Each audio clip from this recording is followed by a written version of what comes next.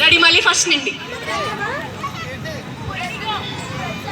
గోపియల్లో గోపియల్లో చలిమంట వెలుగుల్లా సంక్రాంతి వచ్చిందే ధాన్యాలతో ఊరంతా కొత్త అల్లుళ్ళతో కొంటే నీతి నిజాయితీ దీంట్లో బొమ్మరిల్లు